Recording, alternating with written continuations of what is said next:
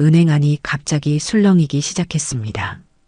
창구 직원들의 시선이 모두 한 곳으로 쏠렸고 대기 중이던 손님들도 수군거리며 뒤를 돌아봤습니다. 입구로 경찰관 2명이 들어섰기 때문이었죠. 그들의 발걸음이 멈춘 곳은 구석 창구 앞 의자였습니다. 그곳에는 흰 머리가 성긴 할머니 한 분이 조용히 앉아 계셨습니다. 75의 나이가 고스란히 드러나는 주름진 얼굴, 세월의 무게로 구분 등 낡은 겨울 외투. 누가 봐도 평범한 동네 할머니였습니다. 젊은 은행 직원이 경찰관에게 무언가를 급하게 설명했습니다. 고개를 끄덕이던 경찰관이 할머니에게 다가가 조심스럽게 말을 걸었죠. 하지만 할머니는 아무 말 없이 앞만 바라보실 뿐이었습니다. 마치 이 모든 소동이 자신과는 무관하다는 듯이. 창구 너머 직원들이 안타까운 표정으로 상황을 지켜봤습니다. 누군가는 혀를 찾고 누군가는 고개를 저었죠. 대기실에 앉아있던 중년 여성이 옆 사람에게 속삭였습니다.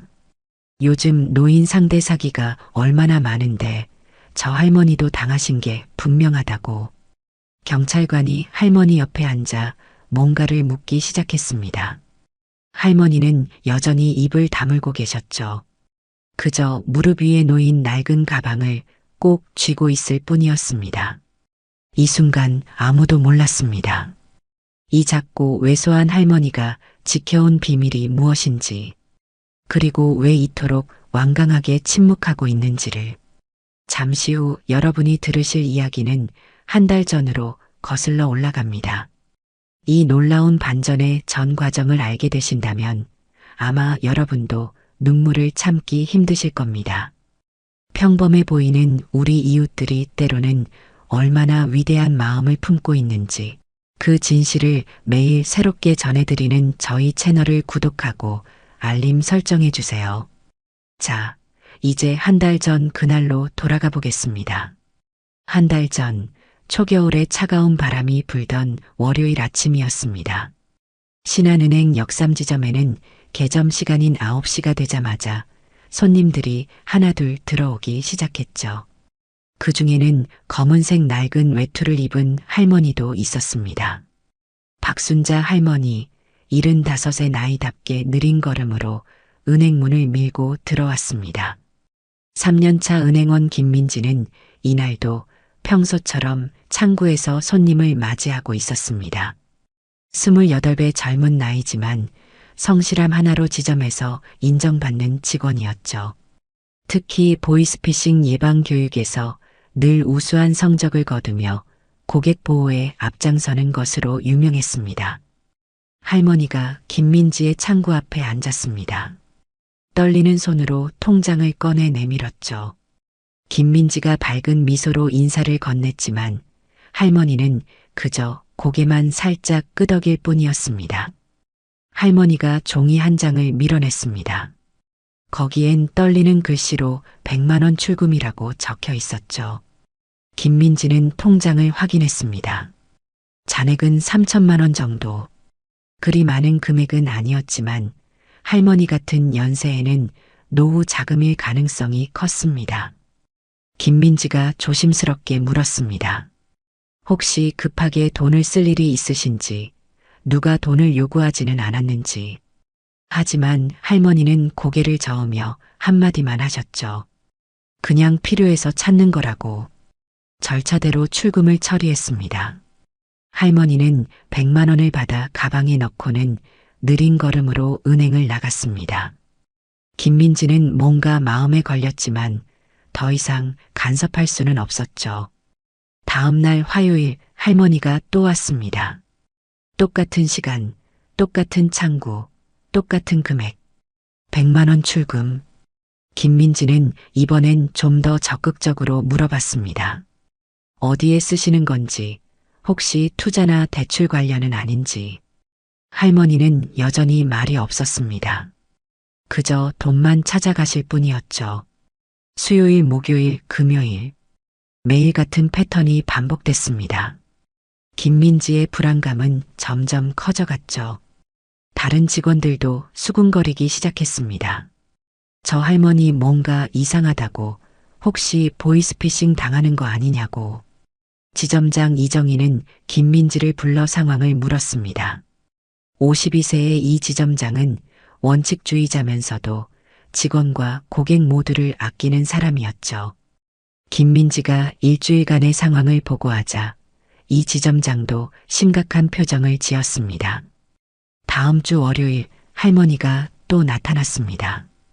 이번엔 김민지가 먼저 말을 꺼냈습니다. 할머니, 정말 괜찮으신 거냐고, 혹시 어려운 일이 있으면 도와드릴 수 있다고. 할머니는 잠시 김민지를 바라봤습니다.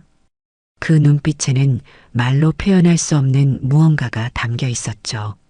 하지만 결국 아무 말 없이 100만 원만 출금해 갔습니다. 열흘째 되던 날 김민지는 결심했습니다. 점심시간을 이용해 할머니를 따라가 보기로 한 것이죠. 혹시라도 누군가에게 돈을 전달하는 건 아닌지, 어딘가에 송금하는 건 아닌지 확인하고 싶었습니다. 할머니는 은행을 나와 천천히 걸었습니다. 김민지는 적당한 거리를 두고 뒤를 따랐죠. 그런데 이상했습니다. 할머니는 다른 은행으로 가는 것도 아니고 누군가를 만나는 것도 아니었습니다. 그저 근처 공원 벤치에 앉아 한참을 있다가 집으로 돌아가시는 것 같았죠. 김민지는 더욱 혼란스러워졌습니다. 대체 그 돈으로 뭘 하시는 걸까? 2주째에 접어들자 출금 총액은 이미 1,000만 원을 넘어섰습니다. 통장 잔액은 이제 2천만 원도 채 남지 않았죠. 이대로 가다간 한 달도 안 돼서 통장이 텅 비게 될 상황이었습니다. 김민지는 지점장과 다시 상의했습니다. 이 지점장은 고민 끝에 한 가지 제안을 했죠. 일단 경찰에 조심스럽게 문의해보자고. 혹시 모르니 할머니를 보호하는 차원에서 조사가 필요할 것 같다고. 그러나 김민지는 망설였습니다. 만약 정말 할머니의 개인적인 사정이라면 괜한 오해로 상처를 드리는 건 아닐까? 하지만 만약 정말로 사기를 당하고 있다면 나중에 후회해도 돌이킬 수 없을 텐데. 고민하던 그날 밤 김민지는 뉴스를 봤습니다. 또 다른 보이스피싱 피해 사례였죠. 70대 노인이 전 재산을 잃었다는 내용이었습니다. 가해자들은 검찰을 사칭하며 노인에게 매일 조금씩 돈을 인출하도록 지시했다고 합니다. 한 번에 큰 금액을 찾으면 은행에서 의심하니까 매일 소액으로 나눠서 찾으라고 했다는 것이죠. 김민지는 잠을 이룰 수 없었습니다. 내일 할머니가 또 오시면 어떻게 해야 할까? 더 강하게 말려야 할까? 아니면 정말로 경찰에 신고해야 할까? 셋째 주 월요일 아침이 밝았습니다. 김민지는 평소보다 일찍 출근해 창구를 정리하며 할머니를 기다렸습니다. 9시 정각 예상대로 할머니가 들어오셨죠. 여전히 같은 검은 외투, 같은 낡은 가방, 같은 느린 걸음걸이였습니다. 하지만 오늘 김민지가 눈여겨본 것이 하나 있었습니다. 할머니의 손이 평소보다 더 많이 떨리고 있다는 것이었죠. 그리고 얼굴색도 며칠 전보다 창백해 보였습니다. 혹시 건강에 문제가 있는 건 아닐까 하는 걱정이 들었습니다. 할머니가 창구에 앉자 김민지는 평소와 다른 방법을 시도했습니다. 출금 용지를 받기 전에 먼저 따뜻한 차를 한 잔 대접했죠. 할머니는 잠시 당황한 듯 했지만 김민지의 진심 어린 미소를 보고는 차를 받아 드셨습니다. 김민지가 조심스럽게 말을 꺼냈습니다. 할머니, 제가 너무 걱정이 돼서 그러는데 정말 아무 일 없으신 거 맞으시죠? 할머니는 차를 한 모금 마시고는 작은 목소리로 대답하셨습니다. 젊은이가 걱정해줘서 고맙다고, 하지만 정말 괜찮다고. 그때 할머니의 가방이 살짝 열리면서 뭔가가 보였습니다. 봉투 여러 개가 들어있는 것 같았는데 각 봉투마다 뭔가 적혀 있는 것 같았죠. 김민지는 순간적으로 그것을 봤지만 자세히 읽을 수는 없었습니다. 할머니가 재빨리 가방을 닫았기 때문이죠. 100만 원을 출금해 드리면서 김민지는 마지막으로 한 번 더 물었습니다. 혹시 누군가 할머니를 괴롭히거나 협박하는 사람은 없냐고. 할머니는 고개를 저으며 일어섰습니다. 그리고 돌아서면서 작게 중얼거리셨죠. 이제 시간이 얼마 남지 않았다고. 김민지는 그 말에 소름이 돋았습니다. 시간이 얼마 남지 않았다니 그게 무슨 의미일까요? 혹시 누군가에게 기한을 정해놓고 돈을 갚아야 하는 상황인 걸까요? 점심시간 김민지는 동료들과 회의를 했습니다. 같은 창구에서 일하는 선배 직원 박정은이 말했습니다. 자신도 할머니를 몇 번 봤는데 확실히 뭔가 이상하다고. 특히 말을 하지 않으려는 게 더 수상하다고 했죠. 보통 나이 드신 분들은 은행 직원과 이런저런 이야기를 나누기 좋아하는데 이 할머니는 너무 말이 없다는 거였습니다. 경비를 담당하는 최 반장도 의견을 보탰습니다. 할머니가 은행을 나간 후 항상 주변을 살피는 것 같다고, 마치 누가 따라오는지 확인하는 것처럼 보인다고 했죠. 이건 분명 뭔가에 쫓기거나 감시당하는 사람의 행동이라고 했습니다. 이정희 지점장이 결론을 내렸습니다. 더 이상 지켜볼 수만은 없다고, 내일 할머니가 오시면 좀 더 적극적으로 개입해보자고, 필요하다면 자신이 직접 나서서 상담을 해보겠다고 했죠. 다음 날 할머니가 오시기를 모두가 기다렸습니다. 그런데 이상했습니다. 9시가 지나고 10시가 되어도 할머니는 나타나지 않았죠. 혹시 무슨 일이 생긴 건 아닐까 하는 불안감이 엄습했습니다. 김민지는 초조하게 시계를 보며 할머니를 기다렸습니다. 11시가 다 되어서야 할머니가 나타났습니다. 그런데 평소와 달리 많이 지쳐 보이셨죠. 걸음도 더 느려졌고 숨도 가쁜 것 같았습니다. 김민지는 얼른 할머니를 부축해 의자에 앉혔습니다. 이정희 지점장이 직접 나왔습니다. 할머니께 정중하게 인사를 드리고는 사무실로 모시고 가서 편하게 이야기를 나누자고 했죠. 할머니는 잠시 망설이다가 고개를 저었습니다. 그냥 돈만 찾고 가겠다고, 시간이 없다고 하셨습니다. 지점장이 부드럽게 말했습니다. 할머니, 저희는 할머니를 도와드리고 싶을 뿐이라고, 혹시 어려운 일이 있으시면 함께 해결 방법을 찾아보자고. 그때 할머니의 눈에 눈물이 고였습니다. 하지만 이내 눈물을 훔치고는 다시 무표정한 얼굴로 돌아갔죠. 결국 그날도 할머니는 100만 원만 찾아서 가셨습니다. 지점장과 김민지는 할머니가 나간 후 심각한 표정으로 마주봤습니다. 이건 분명 정상적인 상황이 아니었죠. 특히 할머니가 시간이 없다고 한 말이 계속 마음에 걸렸습니다. 그날 오후 김민지는 할머니의 계좌 거래 내역을 다시 한번 자세히 살펴봤습니다. 이상한 점을 발견했습니다. 약 한 달 전에 3,500만 원이라는 큰 금액이 입금된 기록이 있었죠. 그 전까지 할머니 통장에는 기초연금과 소액의 입출금만 있었는데 갑자기 큰 돈이 들어온 것이었습니다. 그리고 그 돈을 받자마자 매일 100만 원씩 찾기 시작한 것이었죠. 이 돈이 어디서 온 걸까요? 혹시 누군가 할머니에게 돈을 맡긴 후 매일 조금씩 찾아오라고 지시한 건 아닐까요? 아니면 할머니가 뭔가를 팔아서 받은 돈일까요? 김민지는 입금된 계좌를 추적해 봤습니다. 그런데 더욱 이상한 것은 그 돈이 할머니 본인의 다른 계좌에서 이체된 것이었습니다. 즉, 할머니가 다른 은행에 있던 자신의 돈을 모아서 이 계좌로 옮긴 것이었죠. 왜 굳이 돈을 한 곳에 모은 후 매일 찾는 걸까요? 이건 일반적인 행동 패턴이 아니었습니다. 김민지는 인터넷으로 최근 금융사기 수법을 검색해 봤습니다. 그러다가 소름 끼치는 사례를 발견했죠. 사기꾼들이 노인에게 접근해서 투자를 권유한 후 매일 일정 금액을 찾아서 현금으로 전달하게 하는 수법이었습니다. 그렇게 하면 추적이 어렵고 나중에 피해를 입증하기도 힘들다는 것이었죠. 김민지는 더 이상 망설일 수 없었습니다. 내일 할머니가 오시면 반드시 진실을 확인해야겠다고 결심했죠. 하지만 그날 밤 김민지는 또 다른 생각을 했습니다. 혹시 할머니에게는 정말로 절박한 사정이 있는 건 아닐까?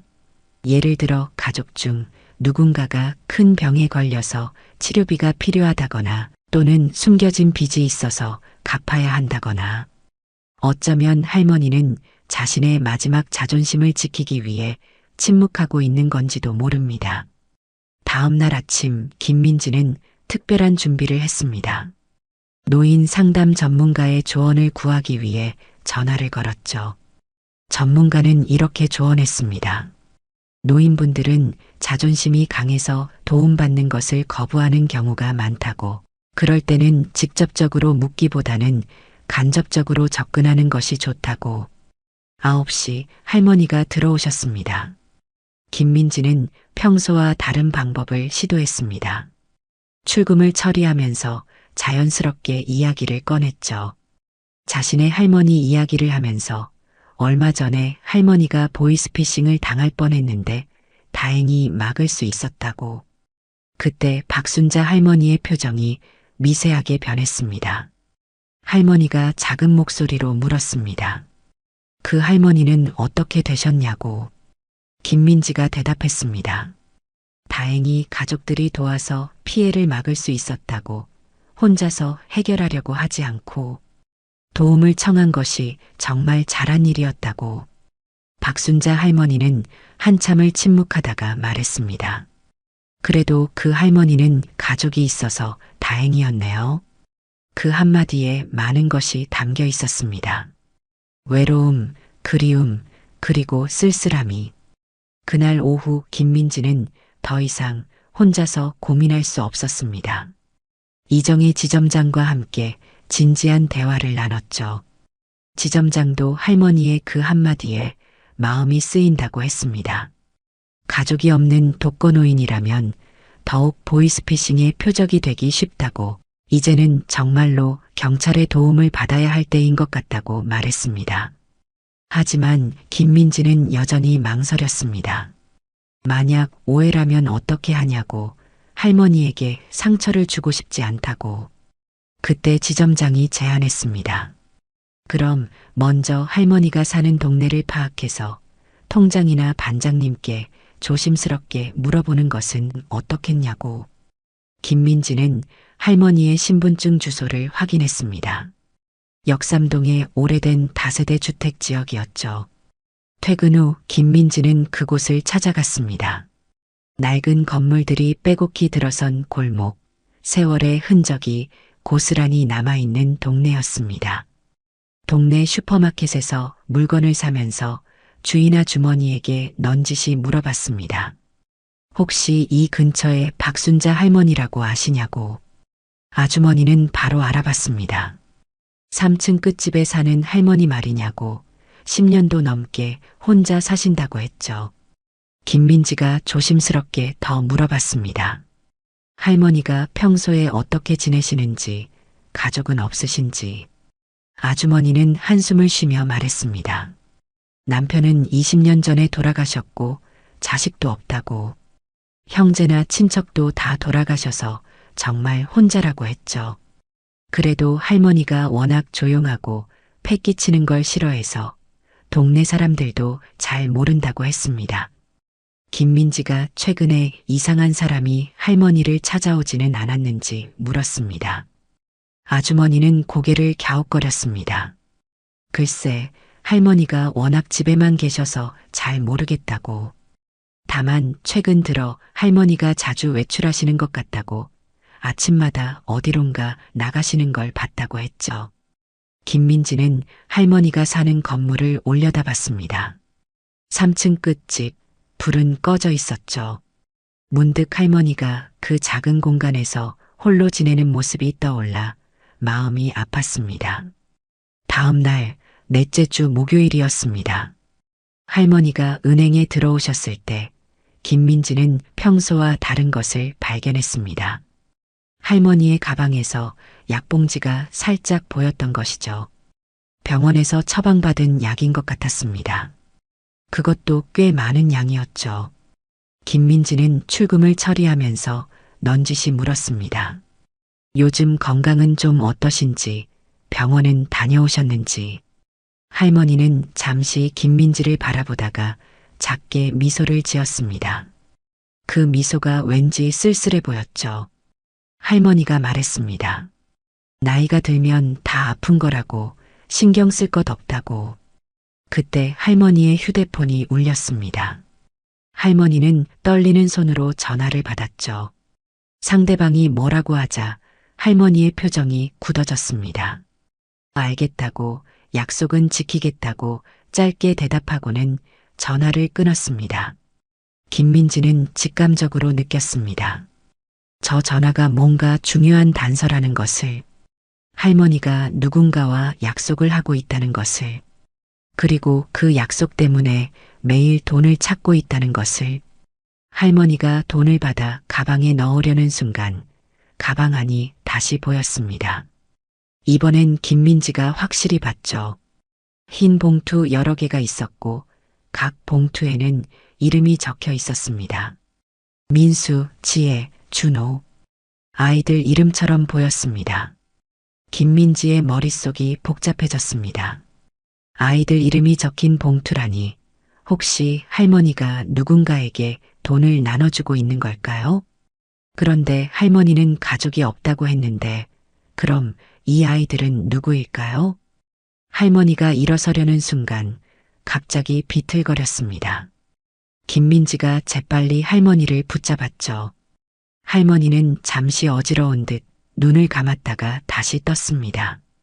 괜찮다고, 그냥 잠깐 어지러웠을 뿐이라고 했지만 얼굴은 창백했습니다. 김민지가 물 좀 드시고 쉬었다 가시라고 했지만 할머니는 고개를 저었습니다. 시간이 없다고, 가야 한다고. 그리고는 떨리는 다리로 천천히 은행을 나갔습니다. 김민지는 창구에서 할머니의 뒷모습을 지켜봤습니다. 그 작고 구부러진 등이 너무나 외로워 보였죠. 그리고 문득 이런 생각이 들었습니다. 혹시 할머니가 말한 시간이 없다는 것이 단순히 약속 시간을 말하는 게 아니라 정말로 할머니에게 남은 시간이 없다는 뜻은 아닐까 하고.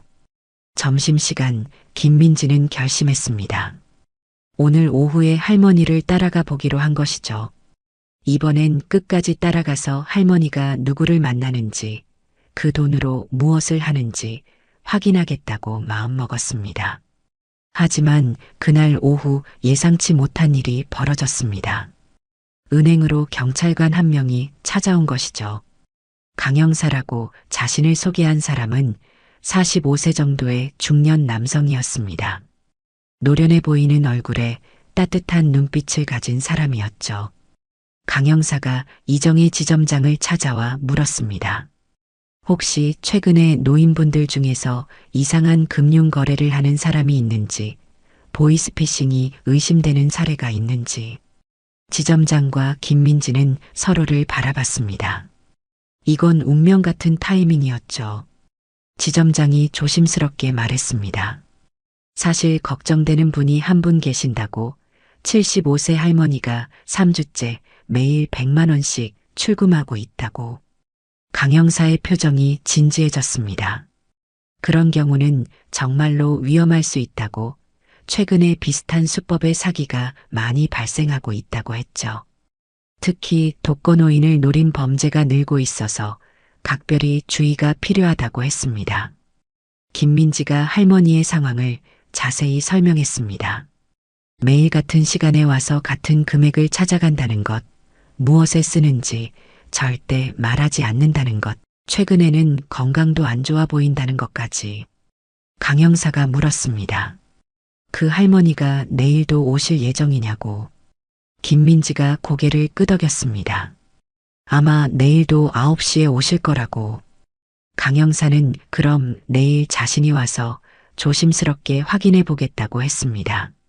할머니를 놀라게 하지 않으면서도 진실을 파악할 방법을 찾아보겠다고. 그날 밤 김민지는 잠을 이룰 수 없었습니다. 내일이면 모든 진실이 밝혀질 텐데 과연 그 진실이 무엇일까요?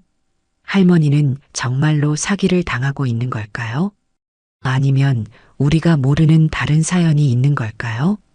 김민지는 할머니의 쓸쓸한 미소가 자꾸 떠올랐습니다.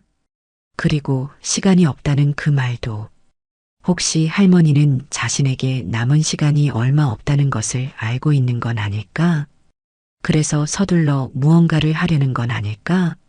창밖으로 보이는 도시의 불빛들을 바라보며 김민지는 생각했습니다.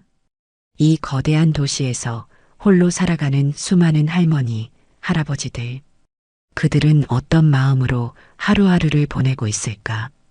우리는 그들의 진짜 이야기를 얼마나 알고 있을까? 다음 날 금요일 아침, 김민지는 평소보다 더 일찍 출근했습니다. 강영사도 일찍 와서 대기하고 있었죠. 두 사람은 할머니가 오기를 기다렸습니다. 9시가 되자 할머니가 들어오셨습니다. 하지만 오늘은 뭔가 달랐습니다. 할머니의 손에 작은 꽃다발이 들려 있었던 것이죠. 누군가에게 줄 선물처럼 보였습니다. 강영사는 할머니가 창구에 앉기를 기다렸다가 자연스럽게 접근했습니다. 옆 의자에 앉으면서 마치 자신도 은행 업무를 기다리는 손님인 것처럼 행동했죠.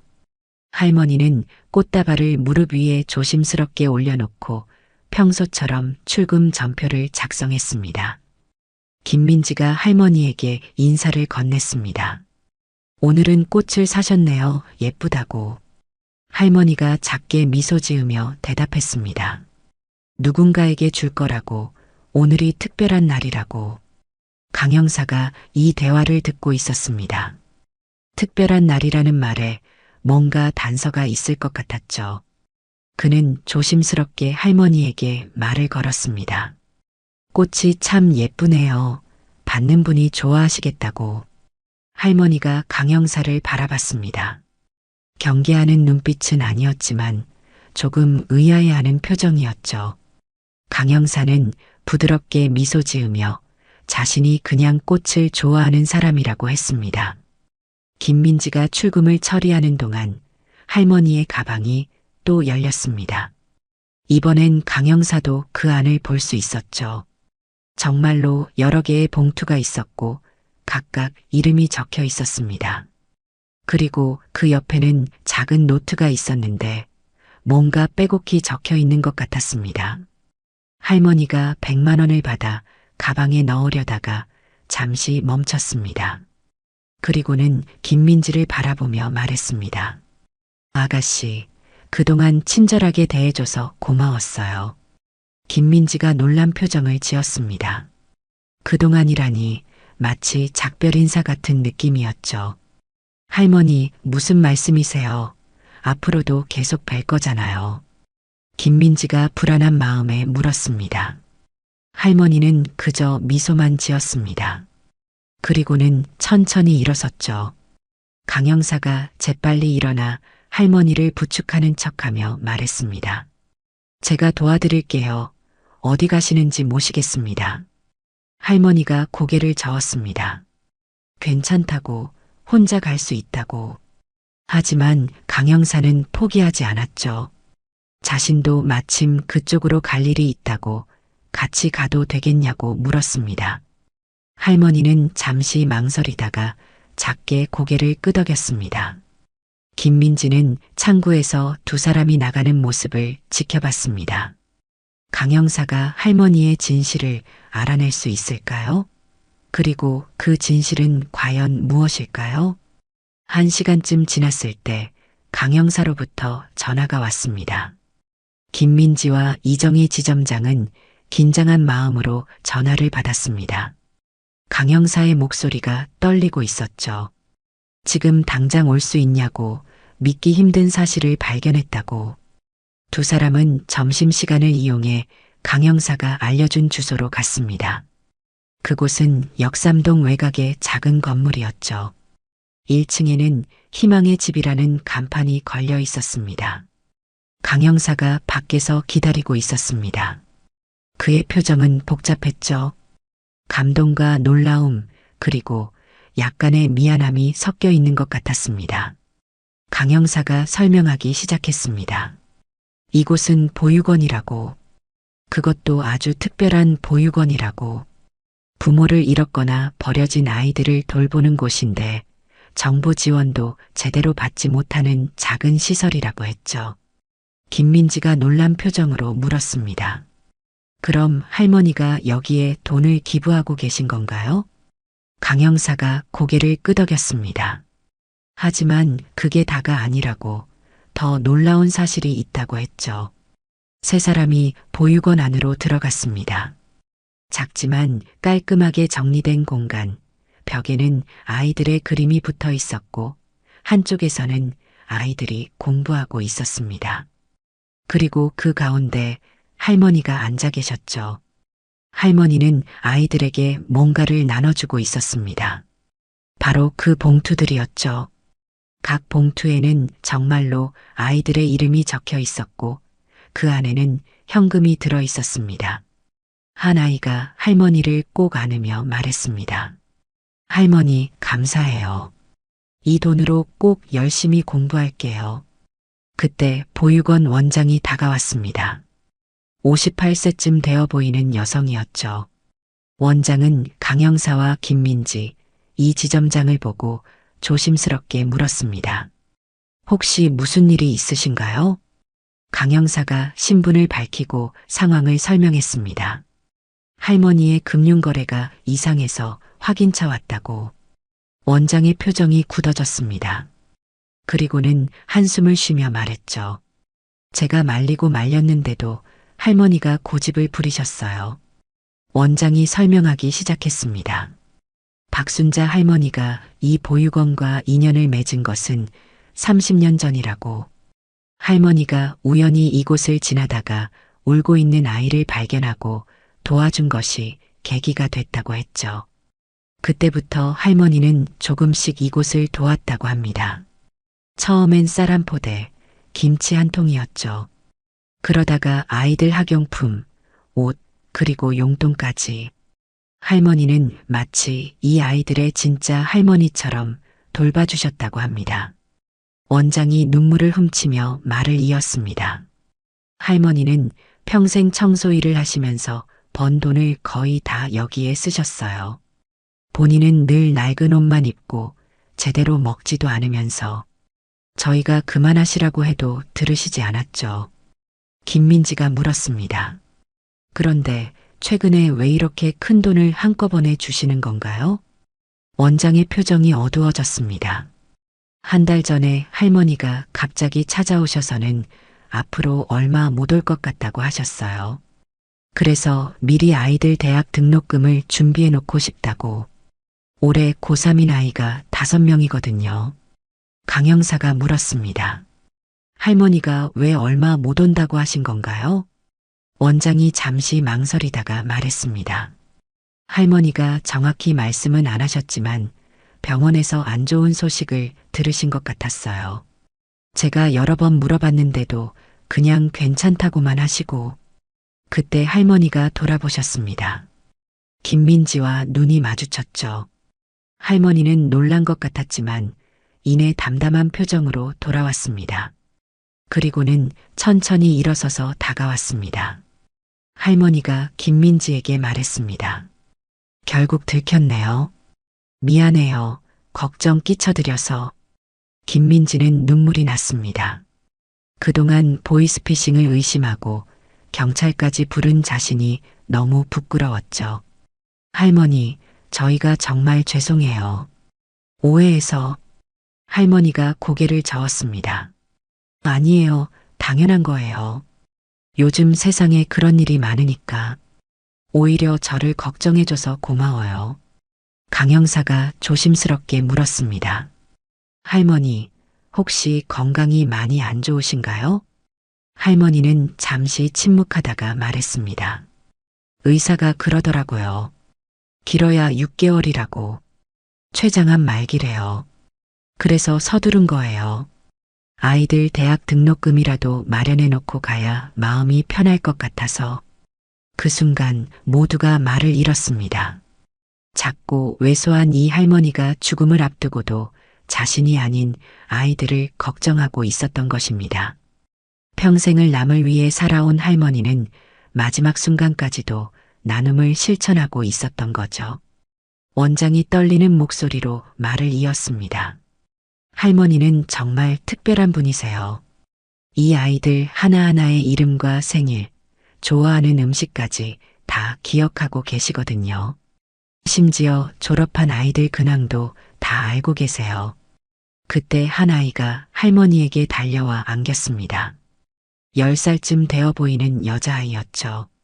할머니, 오늘 학교에서 상장 받았어요. 아이가 자랑스럽게 상장을 보여줬습니다. 할머니는 아이의 머리를 쓰다듬으며 정말 자랑스럽다고 우리 지혜가 최고라고 칭찬했습니다. 김민지는 그제야 깨달았습니다. 봉투에 적혀있던 지혜가 바로 이 아이였다는 것을. 할머니는 정말로 각 아이들을 위해 개별적으로 돈을 준비하고 있었던 것이죠. 강 형사가 원장에게 물었습니다. 그동안 할머니가 얼마나 후원하셨는지 아시나요? 원장이 서류철을 가져왔습니다. 거기엔 30년간의 기록이 빼곡히 적혀 있었죠. 처음엔 월 5만 원, 10만 원 정도였지만 시간이 지날수록 금액이 늘어났습니다. 특히 남편이 돌아가신 후에는 보험금 대부분을 기부하셨다고 했습니다. 원장이 눈물을 닦으며 말했습니다.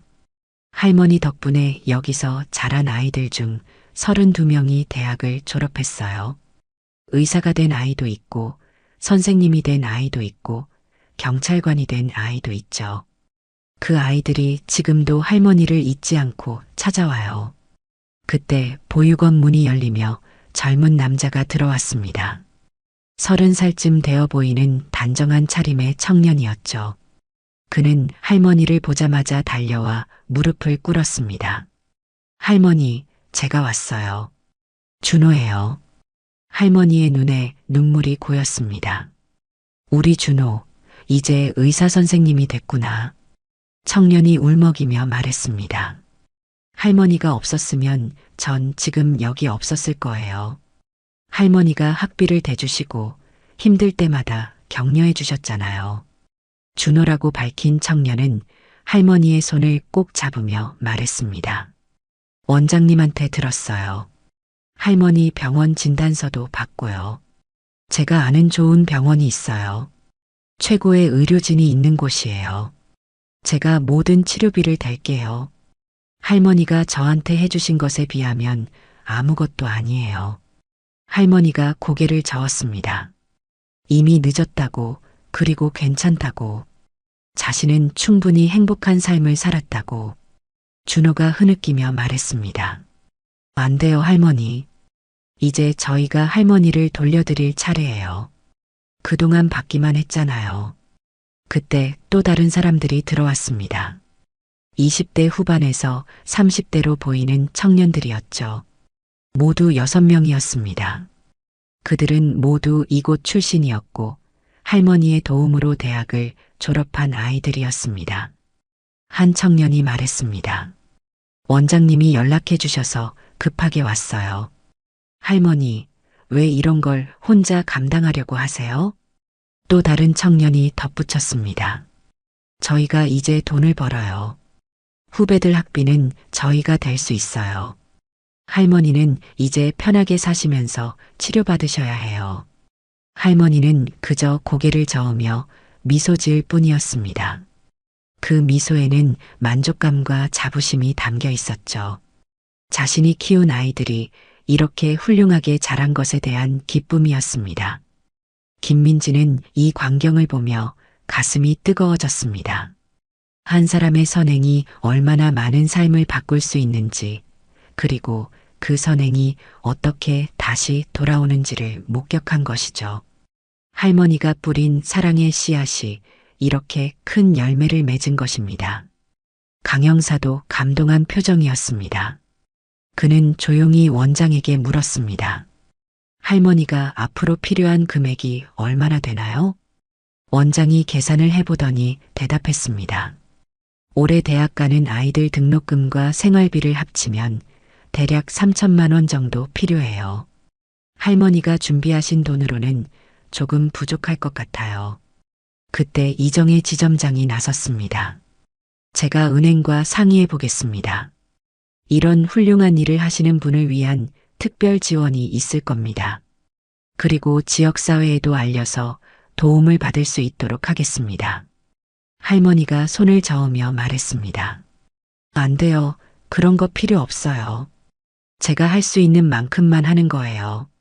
김민지가 할머니의 손을 잡으며 말했습니다. 할머니, 이제는 받으실 차례예요. 평생 주기만 하셨잖아요. 이제는 저희가 할머니께 보답할 기회를 주세요. 그때 보육원 아이들이 하나둘 모여들기 시작했습니다. 막내부터 고등학생까지 모두 20명 남짓한 아이들이었죠. 그들은 할머니를 둘러싸고 섰습니다. 한 아이가 수줍게 말했습니다. 할머니, 저희가 편지 썼어요. 아이들이 각자 손편지를 할머니에게 전달했습니다. 어린 아이들은 삐뚤빼뚤한 글씨로, 큰 아이들은 정성스러운 글씨로 감사의 마음을 적었더군요. 한 고등학생이 편지를 읽기 시작했습니다. 할머니, 저는 부모님 얼굴도 모르고 자랐지만 할머니가 계셔서 외롭지 않았어요. 할머니가 매년 생일 때마다 미역국 끓여주시고 아플 때마다 밤새 간호해 주신 것 다 기억해요. 할머니는 저희의 진짜 할머니예요. 아이들이 하나둘 울기 시작했습니다. 할머니도 더 이상 눈물을 참을 수 없었죠. 그동안 꿋꿋하게 버텨온 할머니였지만 아이들의 진심 앞에서는 그저 따뜻한 할머니의 모습으로 돌아왔습니다. 준호가 다시 한번 간청했습니다. 할머니, 제발 치료받으세요. 최신 치료법도 많이 나왔어요. 포기하지 마세요. 저희를 위해서라도 오래오래 사셔야 해요. 할머니가 잠시 생각하다가 말했습니다. 알겠어요. 한번 해볼게요. 너희들을 위해서라도. 그 순간 보육원 안이 환호성으로 가득 찼습니다. 아이들이 할머니를 꼭 껴안았고 졸업생들도 함께 포옹했습니다. 김민지는 이 아름다운 광경을 보며 눈물을 흘렸습니다. 그런데 그때 할머니가 갑자기 쓰러졌습니다. 준호가 재빨리 할머니를 붙잡았지만 할머니는 이미 의식을 잃은 상태였습니다. 준호가 외쳤습니다. 구급차를 불러주세요. 빨리. 강영사가 즉시 119를 눌렀고 준호는 할머니의 상태를 확인했습니다. 맥박이 약하다고, 혈압이 떨어지고 있다고. 아이들은 공포에 질려 울음을 터뜨렸습니다. 5분 후 구급차가 도착했습니다. 할머니는 들것에 실려 구급차로 옮겨졌고 준호가 함께 탔습니다. 김민지와 강영사, 이 지점장도 뒤따라 병원으로 향했습니다. 병원 응급실 앞에서 모두가 초조하게 기다렸습니다. 1시간이 지나서야 준호가 나왔습니다. 그의 표정은 어두웠죠. 할머니의 상태가 생각보다 심각하다고, 암이 이미 많이 전이된 상태라고 했습니다. 응급실 대기실은 무거운 침묵에 잠겨 있었습니다. 보육원 아이들과 졸업생들, 그리고 김민지와 강영사, 이정혜 지점장까지 모두가 할머니의 소식을 기다리고 있었죠. 원장은 어린 아이들을 달래며 기도하고 있었습니다. 2시간이 지나서야 의사가 나왔습니다. 준호와 함께 심각한 표정으로 걸어왔죠. 의사가 설명하기 시작했습니다. 환자분의 상태가 매우 위중하다고, 췌장암이 간과 폐까지 전이된 상태이고 오늘 쓰러진 것은 급성 황달과 폐혈증 때문이라고 했습니다. 당장 수술을 해야 하지만 고령이신 데다 체력이 많이 떨어진 상태라 위험하다고 했죠. 준호가 떨리는 목소리로 물었습니다. 그래도 수술하면 가능성이 있나요? 의사가 고개를 저었습니다. 솔직히 말씀드리면 수술을 해도 6개월을 넘기기 어렵다고, 오히려 수술 중에 위험할 수도 있다고 했습니다. 하지만 수술을 하지 않으면 일주일도 버티기 힘들 거라고 덧붙였죠. 모두가 충격에 빠졌습니다. 특히 아이들은 울음을 터뜨렸죠. 할머니가 없는 세상을 상상할 수 없었던 것입니다. 그때 강 형사가 무언가를 떠올린 듯 원장에게 물었습니다. 혹시 할머니에 대해 더 아시는 게 있으신가요? 가족이나 친척, 아니면 과거 이력 같은 것들이요. 원장이 잠시 생각하다가 말했습니다. 할머니가 한번 취중에 말씀하신 적이 있어요. 자신의 아버지가 독립운동을 하셨다고, 그래서 어릴 때 정말 가난하게 살았다고 하셨죠. 아버지가 고문 후유증으로 일찍 돌아가셔서 초등학교도 제대로 못 다니셨대요. 김민지가 놀란 표정을 지었습니다. 독립운동가의 딸이라니, 그런 분이 평생을 이렇게 살아오셨다니. 원장이 말을 이었습니다. 할머니 집에 한 번 간 적이 있는데 정말 작은 방 하나에 낡은 가구만 있었어요. 그런데 벽에 액자 하나가 걸려 있었죠. 독립유공자 훈장이었어요. 할머니 아버지인 박정식 선생님의 것이라고 하셨죠. 준호가 스마트폰으로 검색을 했습니다. 그리고는 놀란 표정으로 화면을 보여줬죠. 정말이네요. 박정식 독립운동가, 일제강점기 때 항일운동을 하다가 수차례 투옥되셨고 고문 후유증으로 해방 후 얼마 안 돼 돌아가셨다고 나와 있어요. 딸이 한 명 있었는데 박순자라고 되어 있네요. 모두가 숙연해졌습니다. 독립운동가의 딸이 평생을 가난하게 살면서도 남을 돕는데 헌신했다니. 그것도 자신의 아픔은 숨긴 채 말이죠. 그때 간호사가 와서 말했습니다. 환자분이 잠시 의식을 찾으셨다고, 면회가 가능하다고. 준호와 원장, 그리고 김민지가 중환자실로 들어갔습니다. 할머니는 침대에 누워 각종 기계에 연결되어 있었죠. 창백한 얼굴에 숨소리도 가늘었습니다. 하지만 눈은 또렷했죠. 할머니가 힘겹게 미소를 지으며 말했습니다. 다들 왜 이렇게 울상이야? 난 괜찮아. 준호가 할머니의 손을 잡으며 말했습니다. 할머니, 수술 받으셔야 해요. 제가 최고의 의료진을 모셨어요. 꼭 나으실 거예요. 할머니가 고개를 저었습니다.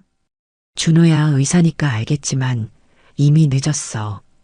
괜히 고생만 하고 싶지 않아. 남은 시간을 편하게 보내고 싶어? 원장이 울먹이며 말했습니다. 할머니, 그럼 저희는 어떡해요? 할머니 없으면 안 돼요. 할머니가 원장의 손을 잡았습니다. 원장님, 그동안 고마웠어요. 제가 베푼 것보다 더 많이 받았어요. 아이들 덕분에 외롭지 않았고 행복했어요. 이제 원장님이 아이들 잘 부탁해요. 김민지가 눈물을 흘리며 말했습니다. 할머니, 아직 하실 일이 많으시잖아요. 아이들 대학 졸업식도 보셔야 하고 결혼식도 보셔야죠.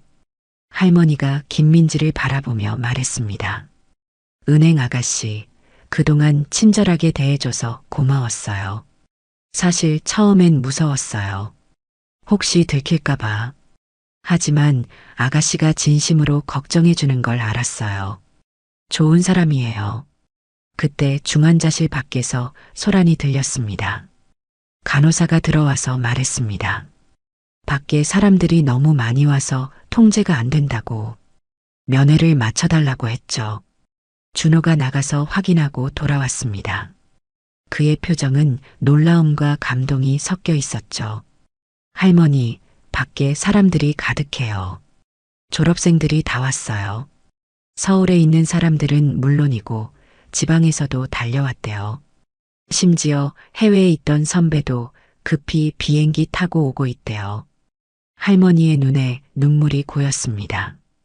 정말이냐고, 다들 바쁠 텐데 왜 왔냐고. 그때 병실 문이 열리고 한 중년 남성이 들어왔습니다.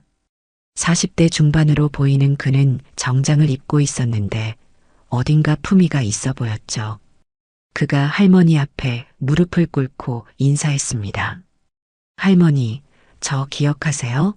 첫 번째 졸업생 김영수예요. 할머니가 놀란 표정으로 그를 바라봤습니다.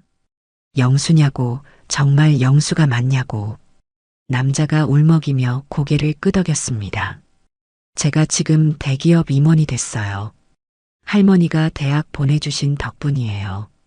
그런데 왜 이런 일을 혼자 감당하려고 하셨어요? 김영수가 서류를 꺼내 보였습니다. 제가 졸업생들과 연락해서 모금을 했어요. 이미 5억이 넘게 모였고 계속 늘어나고 있어요. 이 돈으로 할머니 치료도 하고 보육원도 크게 지을 거예요. 할머니 이름을 딴 장학재단도 만들 거고요. 할머니가 손사래를 쳤습니다. 그런 거 필요 없다고, 자기는 그냥 조용히 살다 가고 싶다고. 하지만 김영수는 단호했습니다. 할머니가 저희에게 주신 건 단순한 돈이 아니었어요. 희망이었고 사랑이었어요. 이제는 저희가 그 사랑을 이어가야죠. 후배들에게, 그리고 더 많은 아이들에게. 그때 의사가 다시 들어왔습니다. 죄송하지만 환자분이 쉬셔야 한다고. 면회를 마쳐달라고 했죠. 모두가 아쉬운 마음으로 할머니와 작별 인사를 했습니다. 병실을 나오자 복도에는 정말로 수십 명의 사람들이 모여 있었습니다. 모두 할머니가 키운 아이들이었죠. 20대부터 40대까지 각자의 자리에서 성공한 사람들이었습니다. 의사, 교사, 공무원, 사업가, 예술가.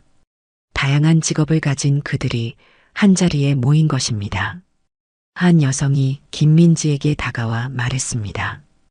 은행 직원분이시죠? 할머니를 보살펴 주셔서 감사해요. 저는 10살 때 부모님을 잃고 보육원에 왔는데 할머니가 없었다면 지금의 저는 없었을 거예요. 그녀는 지금 초등학교 교사라고 했습니다. 할머니처럼 아이들을 사랑으로 가르치고 싶어서 이 길을 선택했다고. 강 형사가 감동한 표정으로 말했습니다. 30년간 할머니가 심은 씨앗이 이렇게 큰 숲이 된 거네요. 한 사람의 선행이 이렇게 많은 변화를 만들 수 있다니. 그때 김영수가 모두에게 말했습니다. 여러분, 우리가 할머니께 받은 사랑을 이제는 사회에 돌려줄 때입니다. 할머니의 정신을 이어받아 더 많은 아이들을 도웁시다. 그게 할머니가 진정으로 원하시는 일일 겁니다. 그날 밤 할머니의 상태가 급격히 악화되었습니다. 준호가 밤새 할머니 곁을 지켰지만 새벽 3시경 할머니의 혈압이 급격히 떨어졌죠. 의료진이 긴급히 투입되어 응급처치를 했고 다행히 위기는 넘겼지만 상황은 여전히 위중했습니다. 다음 날 아침 병원 로비는 취재진으로 가득했습니다. 누군가 할머니의 사연을 언론에 제보한 것이죠.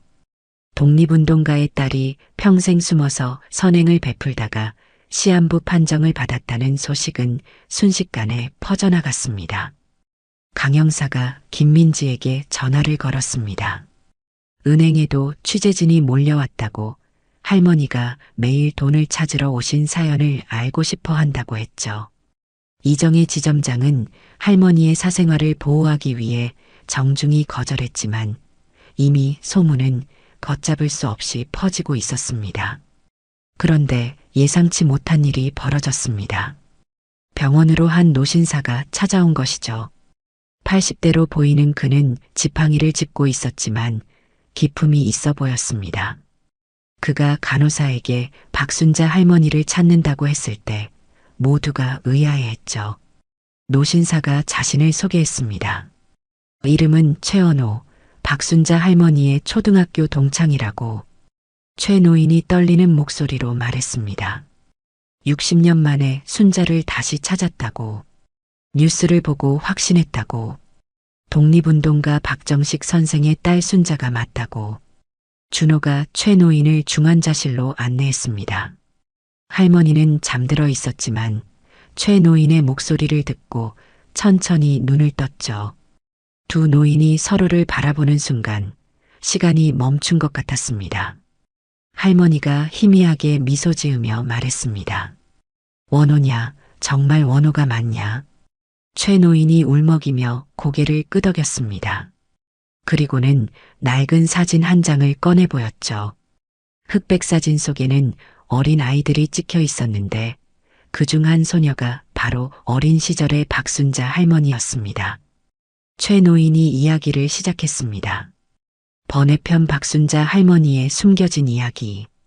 병원 중환자실의 새벽 4시. 박순자 할머니는 천장을 바라보고 있었습니다. 의료기기들의 규칙적인 소리가 정적을 깨뜨렸지만 할머니의 의식은 이미 다른 시공간을 떠돌고 있었죠. 75년의 삶이 주마등처럼 스쳐 지나갔습니다. 젊은 의사 준호가 밤새 곁을 지키고 있다는 것을 알고 있었습니다. 복도에서는 보육원 아이들이 돌아가며 기도하고 있다는 것도 느껴졌죠. 그리고 은행 직원 김민지가 퇴근도 하지 않고 대기실에 있다는 것도. 할머니는 희미하게 미소 지었습니다. 이렇게 많은 사람이 자신을 걱정해 주다니. 평생 혼자 살아온 줄 알았는데 마지막에 와서야 깨닫게 되었습니다. 자신이 얼마나 많은 사랑에 둘러싸여 있었는지를. 그런데 아무도 모르는 이야기가 있었습니다. 왜 할머니가 그토록 급하게 서둘렀는지, 왜 끝까지 비밀을 지키려 했는지, 왜 매일 은행을 찾아 현금을 찾았는지, 그 진짜 이유를 아는 사람은 아무도 없었죠. 지금부터 그 숨겨진 이야기를 들려드리겠습니다. 박순자 할머니가 혼자 품고 살았던 그 깊고도 아픈 사연을. 한 달 전 대학병원 소아기내과 진료실. 박순자 할머니는 의사 앞에 꼿꼿이 앉아 있었습니다. 젊은 의사는 컴퓨터 화면의 CT 사진을 보며 말을 꺼내기 힘들어했죠. 할머니는 그 표정만 봐도 알 수 있었습니다. 좋지 않은 소식이라는 것을. 의사가 조심스럽게 입을 열었습니다. 환자분, 췌장에 종양이 발견되었는데요. 상당히 진행된 상태입니다. 간과 폐로 전이도 확인되고요. 할머니는 담담하게 물었습니다. 그래서 얼마나 남았나요? 의사는 잠시 망설이다가 대답했습니다.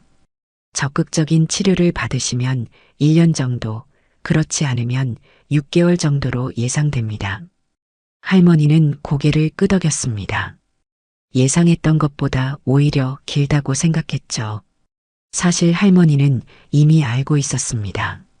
석 달 전부터 시작된 등, 통증, 황달 증세, 급격한 체중 감소, 무엇보다 아버지가 돌아가시기 전 보였던 증상과 너무나 닮아 있었습니다. 독립운동으로 일제의 고문을 받으신 아버지도 결국 간암으로 돌아가셨죠. 해방을 불과 2년 앞두고. 의사가 계속 설명했습니다. 항암 치료를 시작하시면 시간을 더 벌 수 있습니다.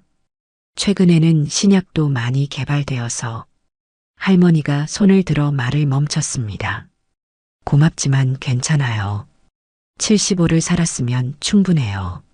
치료받느라 병원에 누워있느니 남은 시간을 제 방식대로 쓰고 싶어요. 의사는 안타까운 표정을 지었습니다. 가족분들과 상의해 보시는 게. 가족이 없어요. 할머니가 잘라 말했습니다. 남편은 20년 전에 갔고 자식도 없어요. 형제들도 다 먼저 갔고요. 진료실을 나온 할머니는 병원 정원 벤치에 앉았습니다. 봄바람이 불었지만 할머니는 춥게만 느껴졌죠. 6개월, 180일, 4320시간. 시간을 계산하니 더욱 짧게 느껴졌습니다. 할머니는 가방에서 낡은 수첩을 꺼냈습니다. 거기엔 빼곡히 이름들이 적혀 있었죠. 희망의 집 보육원 아이들의 이름이었습니다. 올해 대학 가는 아이가 5명. 민수, 지혜, 서연, 태양, 하늘. 내년이 6명. 그리고 어린 아이들이 12명. 할머니는 각각의 얼굴을 떠올리며 계산을 시작했습니다. 민수는 의대를 가고 싶어 했습니다. 6년치 등록금과 생활비를 계산하니 1억이 넘었죠. 지혜는 교대 지망이니 4년치면 3천만 원. 서연이는 미대라 재료비까지 하면 5천만 원은 필요할 것 같았습니다. 계산을 끝낸 할머니는 한숨을 쉬었습니다. 도저히 감당할 수 없는 금액이었죠. 평생 모은 돈이 3,500만 원. 집 보증금 1,500만 원을 합쳐도 5천만 원이 전부였습니다. 할머니는 하늘을 올려다봤습니다. 구름 한 점 없이 맑은 하늘. 아버지가 그토록 꿈꾸던 자유로운 하늘이었죠. 아버지, 저 어떻게 해야 할까요? 바람이 불었고 벚꽃잎이 할머니의 무릎 위로 떨어졌습니다. 할머니는 그것을 아버지의 대답이라고 생각했죠. 끝까지 포기하지 말라고. 마지막까지 최선을 다하라고. 그날 저녁 할머니는 작은 월세방으로 돌아왔습니다. 20평도 안 되는 작은 공간. 하지만 할머니에게는 충분했죠.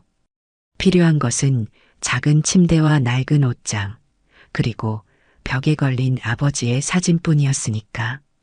할머니는 아버지 사진 앞에 앉았습니다. 독립유공자 훈장을 받으신 아버지, 박정식 선생. 사진 속 아버지는 여전히 젊은 모습이었지만 눈빛만은 깊은 고통을 담고 있었죠. 일제의 고문으로 평생 고통받으셨던 아버지. 아버지, 제가 아버지의 딸답게 살았나요? 할머니는 서랍에서 낡은 앨범을 꺼냈습니다. 30년 전부터 찍은 사진들이 가득했죠. 보육원 아이들과 찍은 사진들이었습니다.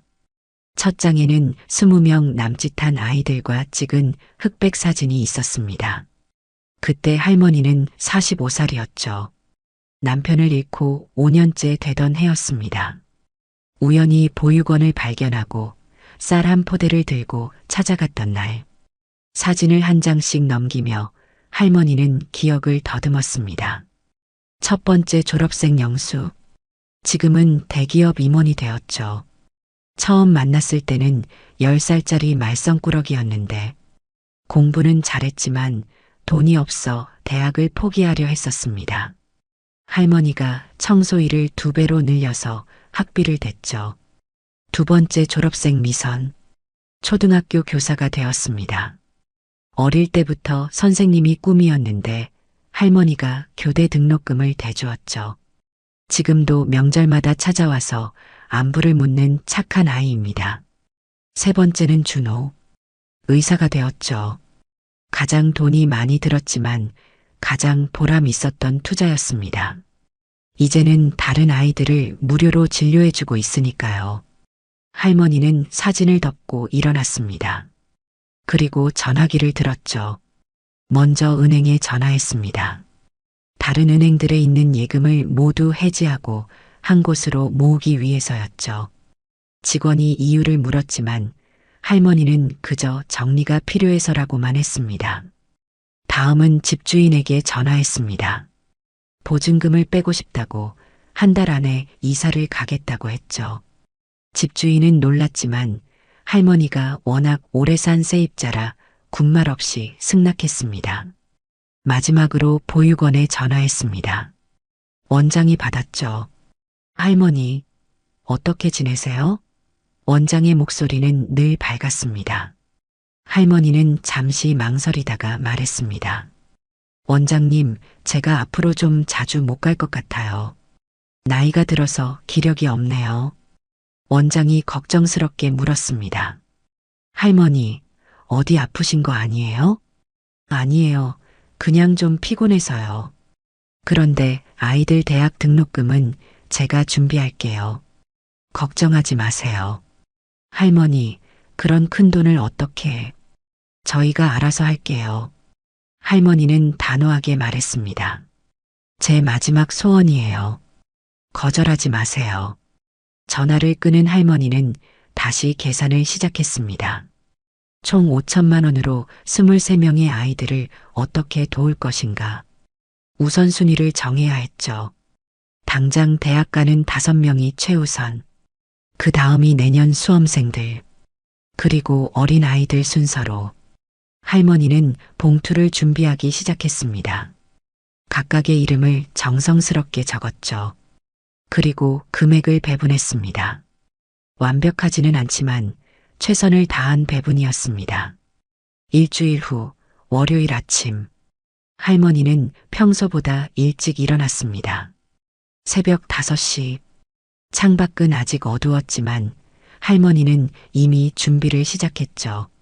먼저 진통제를 먹었습니다. 의사가 처방해준 강한 진통제였죠. 이것 없이는 도저히 움직일 수 없을 정도로 통증이 심했습니다. 특히 새벽에는 등과 복부의 통증이 극심했죠. 할머니는 거울을 봤습니다. 수척해진 얼굴, 노랗게 변한 피부. 누가 봐도 환자의 모습이었죠. 하지만 할머니는 화장품을 꺼냈습니다. 오래전에 산 것이라 거의 굳어 있었지만 그래도 조금이나마 혈색을 되찾으려 노력했습니다. 옷장에서 가장 깨끗한 옷을 꺼내 입었습니다. 검은색 외투와 감색 바지. 10년은 된 옷이었지만 할머니가 가진 가장 좋은 옷이었죠. 가방을 들고 집을 나섰습니다. 계단을 내려가는 것조차 힘들었죠. 한 계단 한 계단이 산을 오르는 것처럼 느껴졌습니다. 중간에 2번이나 쉬어야 했죠. 은행까지 가는 길도 멀게만 느껴졌습니다. 평소 10분이면 충분한 거리를 30분이나 걸렸습니다. 중간에 벤치에 앉아 숨을 고르기도 했죠. 드디어 은행에 도착했습니다. 9시 정각. 할머니는 번호표를 뽑고 기다렸습니다. 그리고 운명처럼 김민지의 창구가 열렸죠. 28살의 젊은 여직원. 단정한 차림에 친절한 미소를 가진 아가씨였습니다. 할머니가 통장을 내밀었습니다. 떨리는 손으로 출금 전표를 작성했죠. 100만 원. 김민지가 물었습니다. 어디에 쓰실 건가요? 큰돈인데 조심하셔야 해요. 할머니는 잠시 김민지를 바라봤습니다. 걱정 어린 눈빛이 진심이라는 것을 알 수 있었죠. 하지만 할머니는 그저 필요해서라고만 답했습니다. 돈을 받아 가방에 넣는 순간 할머니는 묘한 감정을 느꼈습니다. 죄책감과 사명감이 뒤섞인 복잡한 감정이었죠. 이 돈이 자신의 것이 아니라는 것을 알고 있었습니다. 처음부터 아이들을 위한 돈이었으니까요. 은행을 나온 할머니는 곧장 보육원으로 향했습니다. 버스를 타야 했지만 그것조차 힘들었죠. 결국 택시를 탔습니다. 평소라면 아까워서 절대 타지 않았을 택시. 하지만 이제는 시간이 더 중요했습니다. 보육원에 도착한 할머니는 잠시 문 앞에서 숨을 고르고 들어갔습니다. 아이들이 학교에 간 시간이라 조용했죠. 원장만 사무실에 있었습니다. 할머니, 오늘은 일찍 오셨네요. 할머니는 미소 지으며 봉투를 꺼냈습니다. 민수 것이에요. 이번 달 생활비로 쓰라고 전해주세요. 원장이 봉투를 받으며 눈물을 글썽였습니다. 할머니, 이렇게 큰 돈을 정말 괜찮으세요? 할머니는 고개를 끄덕였습니다. 그리고 다른 봉투들도 하나씩 꺼냈죠. 지혜, 서연, 태양, 하늘. 각각의 이름이 적힌 봉투들이었습니다. 원장이 놀라서 말했습니다. 할머니, 이게 다 얼마예요? 이러시면 안 돼요. 할머니는 원장의 손을 잡았습니다. 제발 받아주세요. 이게 제가 할 수 있는 전부예요. 둘째 주가 되었습니다. 할머니는 이제 김민지라는 이름을 기억하게 되었죠. 매일 같은 창구, 같은 시간, 같은 직원. 그리고 매번 걱정스러운 눈빛으로 자신을 바라보는 젊은 여성. 그날도 할머니는 김민지의 창구 앞에 앉았습니다. 김민지가 따뜻한 차를 내밀었습니다. 할머니, 추우신데 이거 드시고 몸 좀 녹이세요. 할머니는 놀랐습니다. 은행 직원이 손님에게 차를 대접하다니. 그것도 자신처럼 별 볼 일 없는 노인에게. 고맙습니다. 할머니는 차를 받아 한 모금 마셨습니다. 따뜻함이 온몸으로 퍼졌죠. 김민지가 조심스럽게 물었습니다. 할머니, 요즘 자주 오시는데 혹시 누가 돈을 요구하거나 그러진 않으세요? 요즘 보이스피싱이 많아서요. 할머니는 김민지의 눈을 들여다봤습니다. 맑고 선한 눈이었죠. 순수한 걱정과 선의로 가득한 눈. 할머니는 순간 모든 것을 털어놓고 싶었습니다. 자신이 죽어가고 있다는 것을, 시간이 없다는 것을, 아이들을 부탁한다는 것을. 하지만 할머니는 그저 미소 지을 뿐이었습니다. 걱정해줘서 고마워요. 하지만 정말 괜찮아요. 김민지는 계속 걱정스러운 표정이었지만 더 이상 묻지는 않았죠. 대신 출금을 처리하면서 말했습니다. 할머니, 혹시라도 도움이 필요하시면 언제든 말씀해 주세요. 저희가 도와드릴 수 있는 건 뭐든 도와드릴게요. 할머니는 그 말에 가슴이 뜨거워졌습니다. 이런 선한 마음을 가진 젊은이가 아직 있다니. 세상이 그리 삭막하지만은 않구나. 은행을 나오면서 할머니는 김민지를 다시 한번 돌아봤습니다. 창구에서 다른 손님을 응대하는 모습이 참 성실해 보였죠. 저 아이도 누군가의 소중한 딸이겠지. 부모님이 참 자랑스러워 하실 거야. 그날 오후 할머니는 일기를 쓰려고 했습니다. 하지만 손이 너무 떨려서 글씨가 되지 않았죠. 진통제의 부작용인지 아니면 병이 진행되어서인지. 할머니는 펜을 내려놓고 그냥 생각에 잠겼습니다. 김민지라는 아이를 만난 것도 인연인가 봐. 마지막 길에 저런 따뜻한 사람을 만나게 해주셔서 감사합니다, 아버지. 셋째 주가 되자 은행 직원들의 시선이 달라졌습니다. 할머니도 느낄 수 있었죠. 수군거리는 소리, 걱정스러운 눈빛들, 그리고 김민지가 다른 직원들과 뭔가 상의하는 모습. 할머니는 이해했습니다. 그들 입장에서는 당연한 일이었으니까요. 매일 100만 원씩 찾아가는 노인. 누가 봐도 이상한 상황이었죠. 그날도 할머니는 창구에 앉았습니다. 김민지가 평소보다 더 조심스럽게 물었습니다. 할머니, 정말 괜찮으신 거 맞으시죠?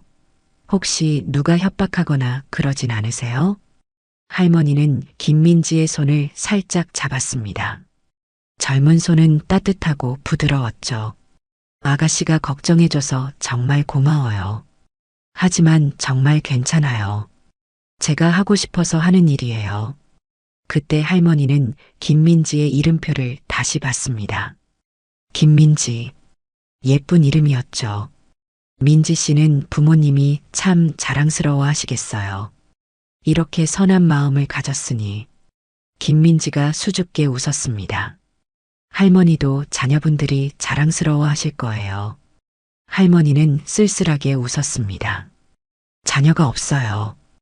혼자예요. 김민지의 표정이 안타까움으로 변했습니다. 죄송해요. 제가 실례를. 아니에요. 괜찮아요. 혼자여도 외롭지 않아요. 좋은 사람들이 많으니까. 그날 할머니는 은행을 나오면서 생각했습니다. 만약 딸이 있었다면 김민지 같은 아이였을까? 착하고 따뜻하고 성실한 아이. 그래, 김민지를 보면서라도 버텨야 해. 아직 할 일이 남아있으니까. 그런데 몸은 점점 힘들어졌습니다.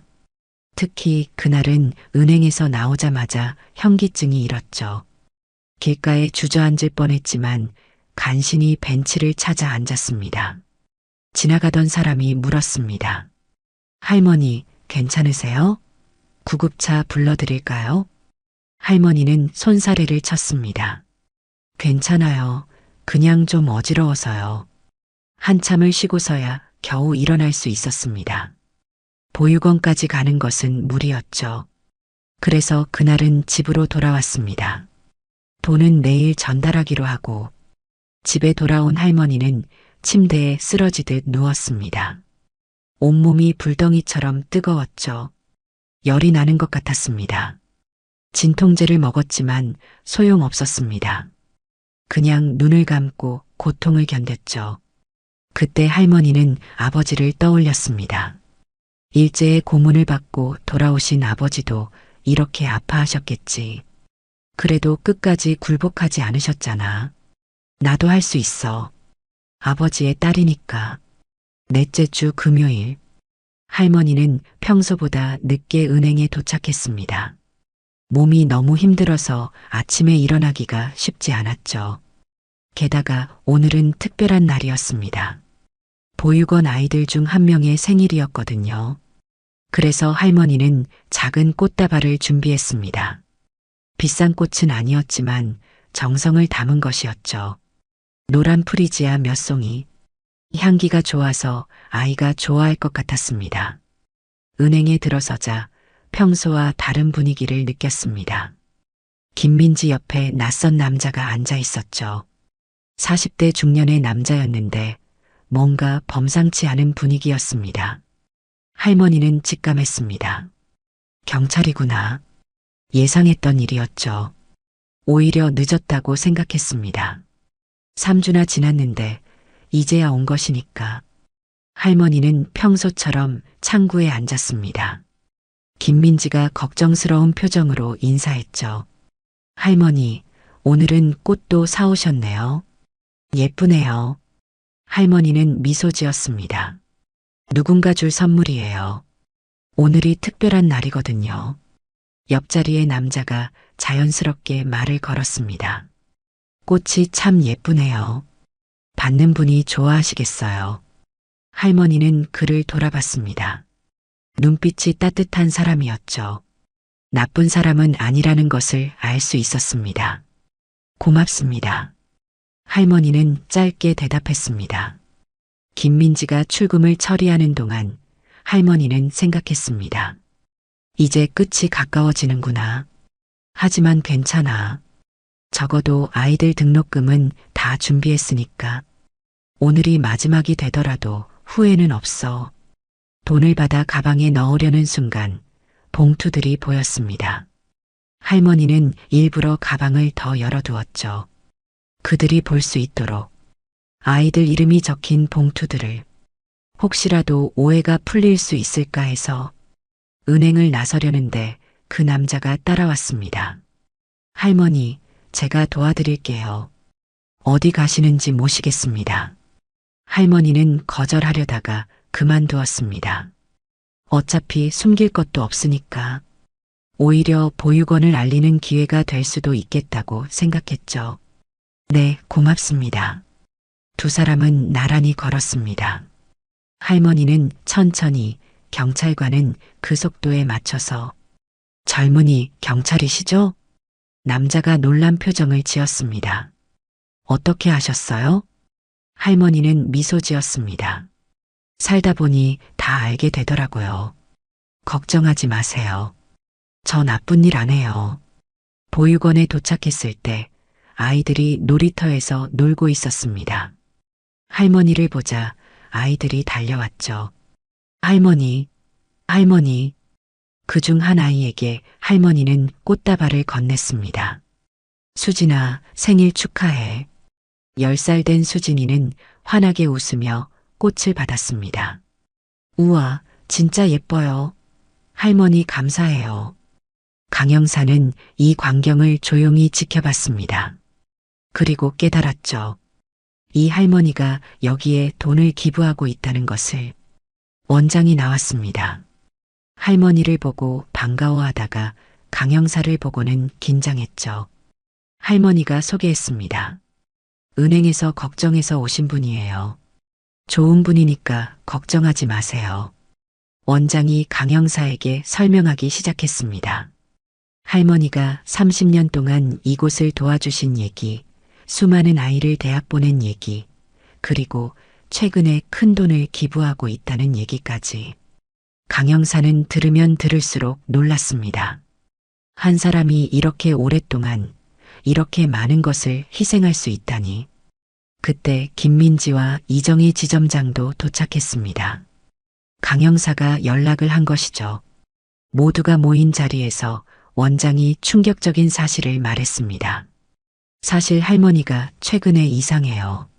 시간이 없다는 말씀을 자주 하시고 마지막이라는 표현도 쓰셨어요. 혹시 모두가 할머니를 돌아봤습니다. 할머니는 더 이상 숨길 수 없다는 것을 알았죠. 맞아요. 할머니가 조용히 말했습니다.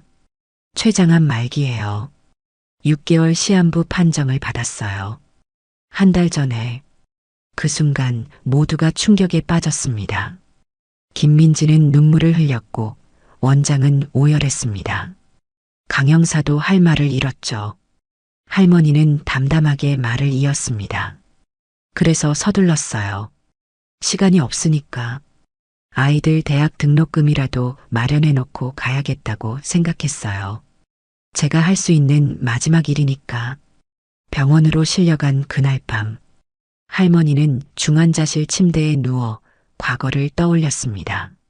모르핀으로 통증은 잦아들었지만 의식은 오히려 또렷해졌죠. 13살 때의 기억이 생생하게 떠올랐습니다. 아버지가 마지막으로 집에 오신 날이었죠. 일제 경찰에게 고문을 받고 풀려나신 직후였습니다. 온몸이 상처투성이었고 걷는 것조차 힘들어 하셨죠. 어린 순자는 아버지 곁에 앉아 있었습니다. 아버지, 왜 그렇게까지 하세요? 그냥 그만두시면 안 돼요? 아버지가 순자의 머리를 쓰다듬으며 말씀하셨습니다. 순자야, 사람은 누구나 태어난 이유가 있단다. 아버지는 이 나라를 자유롭게 만들기 위해 태어났어. 너도 언젠가 내가 해야 할 일을 찾게 될 거야. 그게 뭔데요? 그건 내가 찾아야 해. 하지만 한 가지는 기억해라. 남을 위해 사는 삶이 가장 가치 있는 삶이란다.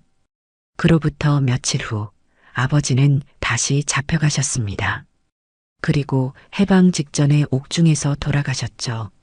순자는 그때부터 혼자였습니다. 어머니는 일찍 돌아가셨고 형제도 없었으니까요. 하지만 포기하지 않았습니다. 낮에는 공장에서 일하고 밤에는 야학에 다녔죠. 그렇게 25에 결혼을 했고 45에 남편을 잃었습니다. 그리고 그해 보육원을 발견했던 것입니다. 할머니는 그때를 선명하게 기억했습니다.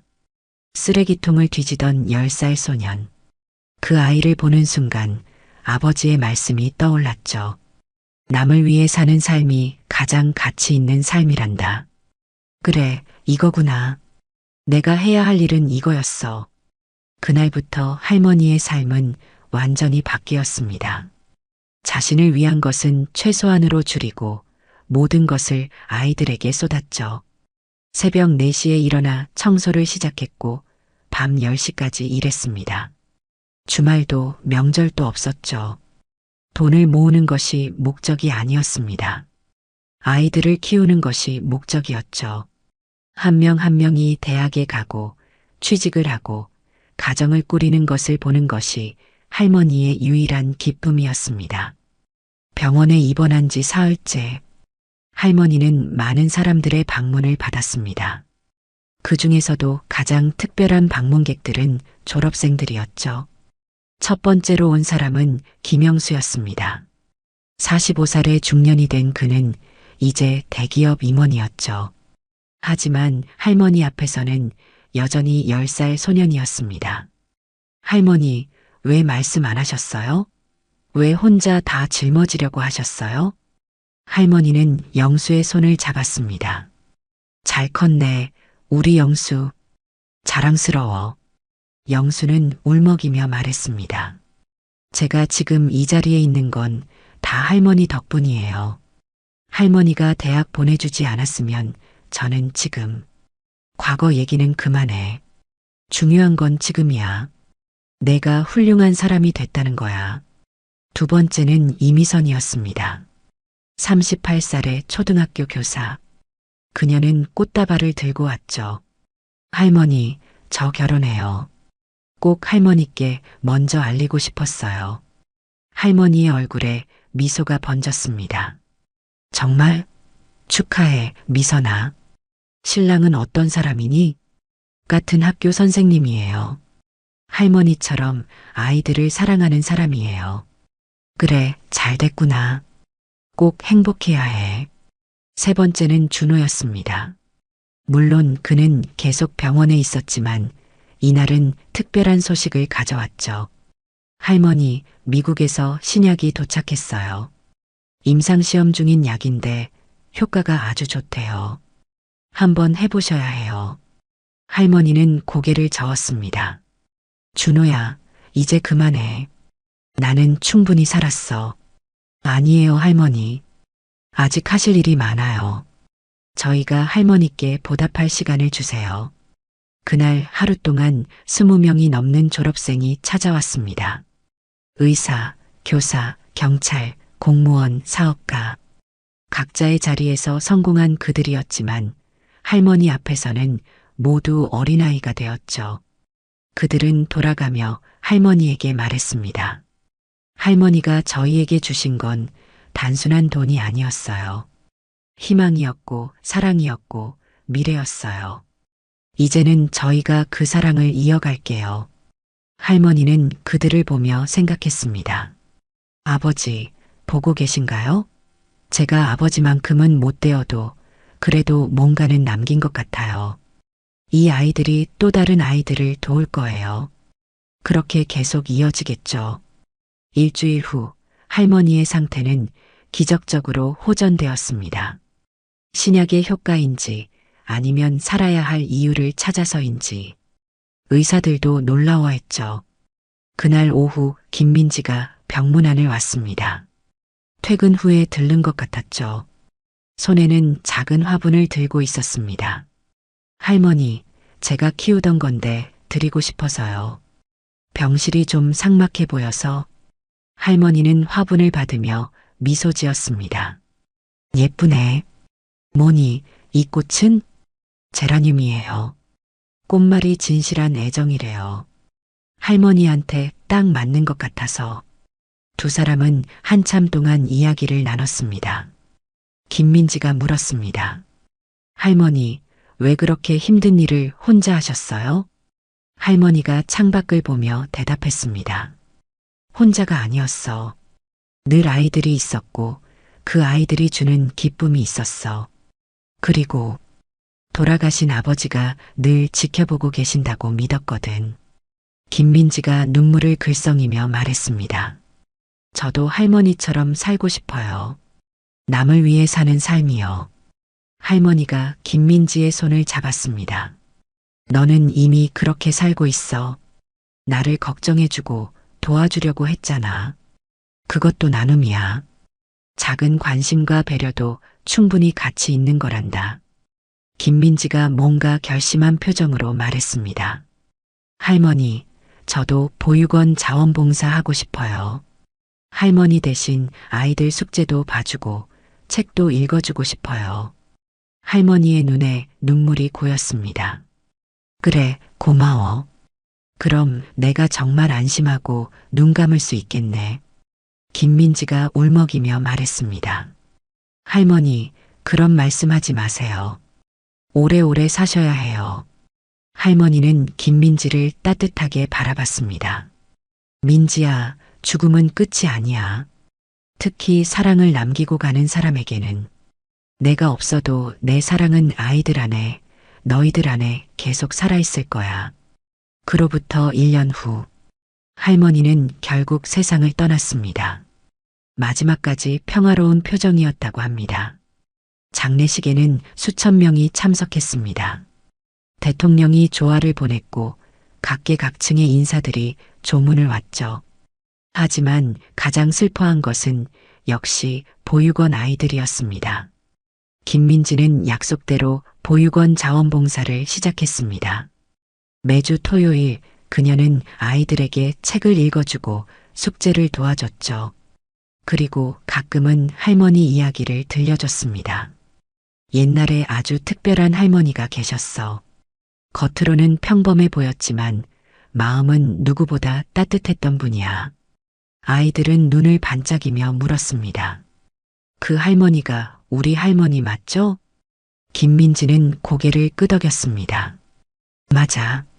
너희를 누구보다 사랑했던 박순자 할머니야. 졸업생들이 만든 박순자 장학재단은 이제 전국적인 재단이 되었습니다. 매년 100명이 넘는 아이들이 장학금을 받아 대학에 진학했죠. 그리고 그들은 졸업 후 다시 후배들을 돕는 후원자가 되었습니다. 김영수는 재단 이사장으로서 이렇게 말했습니다. 할머니가 심은 씨앗이 이제 숲이 되었습니다. 우리는 이 숲을 더 크게 키워나갈 것입니다. 그것이 할머니의 정신을 이어가는 길이니까요.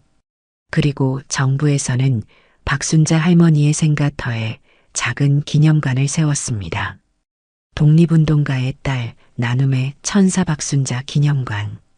그곳에는 할머니의 일생과 함께 할머니가 남긴 말이 새겨져 있었습니다. 작은 관심이 큰 기적을 만듭니다. 작은 나눔이 세상을 바꿉니다. 오늘도 그 기념관에는 많은 사람이 찾아옵니다. 그리고 모두가 같은 질문을 합니다. 어떻게 한 사람이 그렇게 살 수 있었을까? 무엇이 그녀를 그렇게 만들었을까? 답은 간단합니다. 사랑입니다.